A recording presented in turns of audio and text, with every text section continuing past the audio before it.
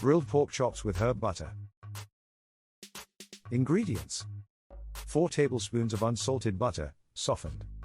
1 tablespoon of finely chopped chives. 1 tablespoon of finely chopped parsley. Half teaspoon of Dijon mustard. 4 bone-in center pork chops, 2 pounds salt and pepper.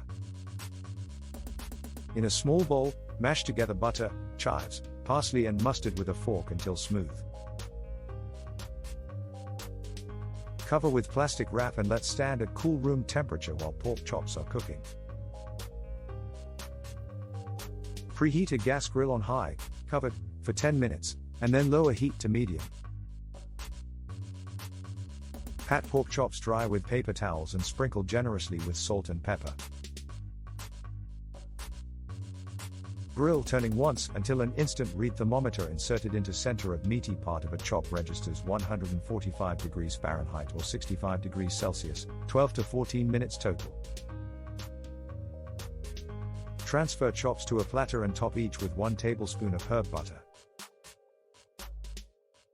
Loosely tent with foil to keep warm, let stand 5 minutes and then serve hot.